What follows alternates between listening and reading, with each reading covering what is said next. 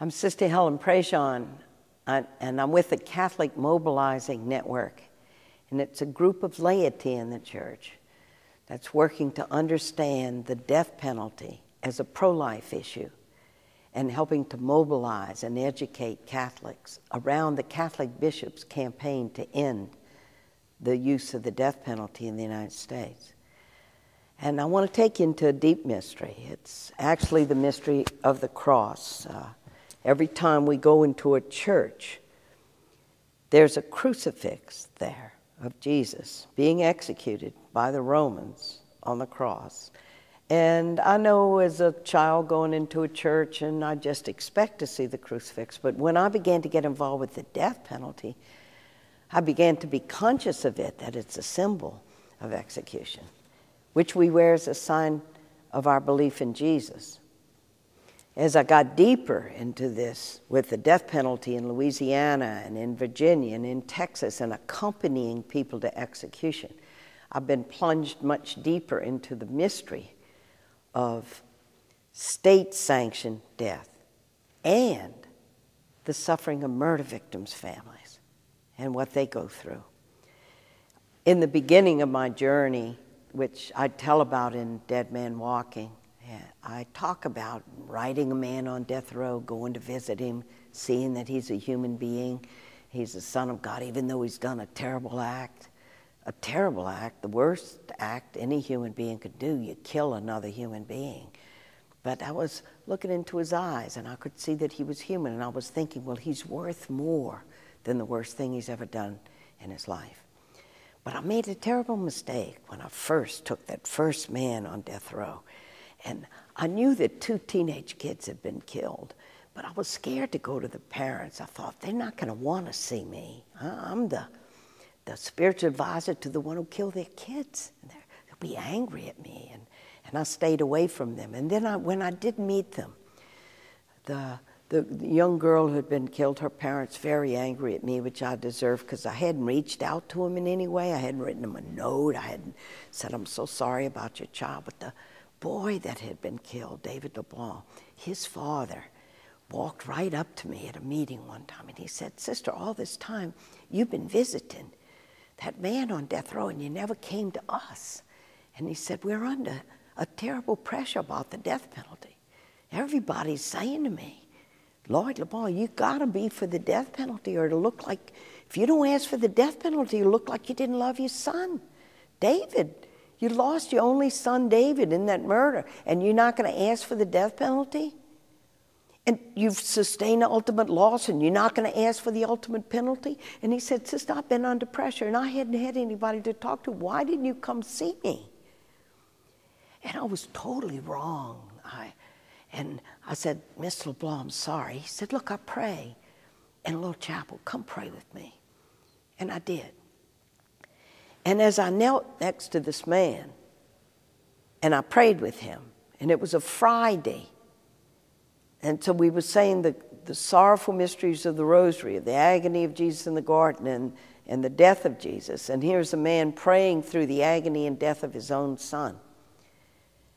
And then I realized as he prayed that he has found his way to do what Jesus said, that the answer to his own peace was to forgive and not to hold on to hatred and bitterness by asking for the death of the one who had killed his child.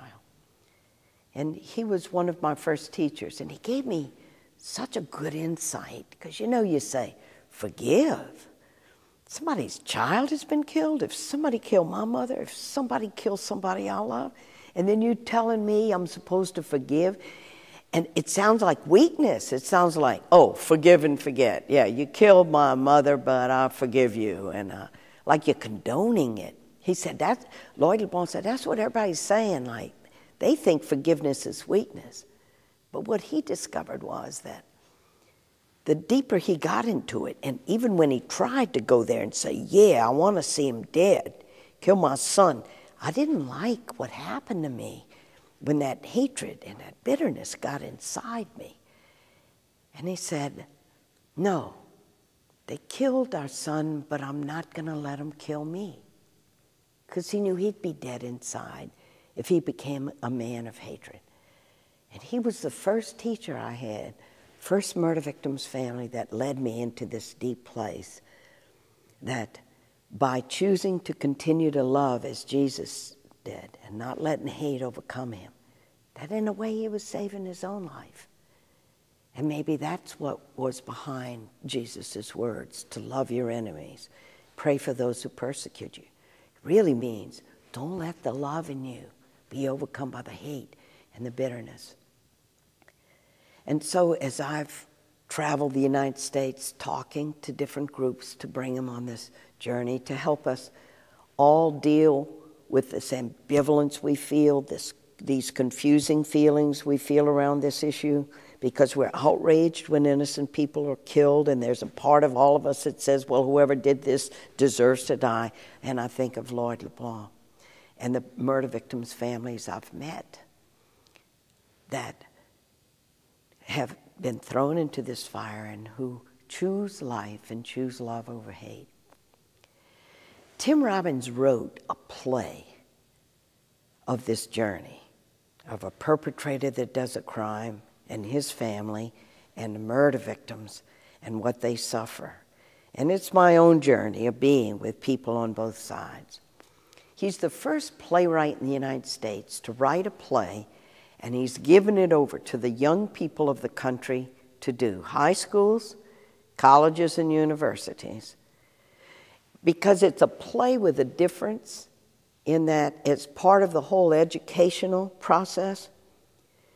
That when you do the play in your school, at least 2 departments have to pick up the issue of the death penalty so that everybody's thinking about it and getting into it together. But what the play does is it enables you in your school to be able to enact in drama. One of you will be the one who did the terrible crime. Others of you will be the guards who have to be the one to take the person to execute them. Others of you will be the mother who lost her child. Some of you will be those who are the victims and whose voices are kept all through the play. And then justice is going to be done, and the man who did the crime is going to be executed by lethal injection, just as we do in many, many states. And by doing the drama together, you enter into the mystery of it together. Remember, theater began in churches. The first theater was enactment of the Gospels in these big cathedrals. And the drama is going to bring it home. And then when you do the performance, your parents can come and people can come. And it's the closest you're ever going to come to an execution and also to being with real people. The script is very, very real. And your school can perform it on the stage, or you can do a stage reading where everybody reads the parts. And you can also take the play and you can do scenes in classrooms. Like there's a great scene at a pardon board hearing where the prosecutor presents all the reasons why this person ought to die, and the defense attorney presents all the reasons why the death penalty isn't a good idea, why it's bad for people, why it doesn't accomplish anything, and it just imitates the worst behavior, and then holds it up as an example of what we have to do when people do violent things. It's called the Dead Man Walking School Theater Project. And Tim Robbins has given it over to the young people of the country. It's already been, this is the 6th year of it. We have 4 more years of it.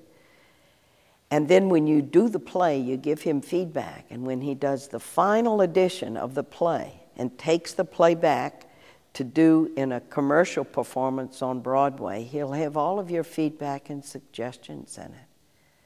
So I want to encourage you to do the play as a way of entering into the drama and into the mystery here of what the death penalty is, and also of the families that are suffering.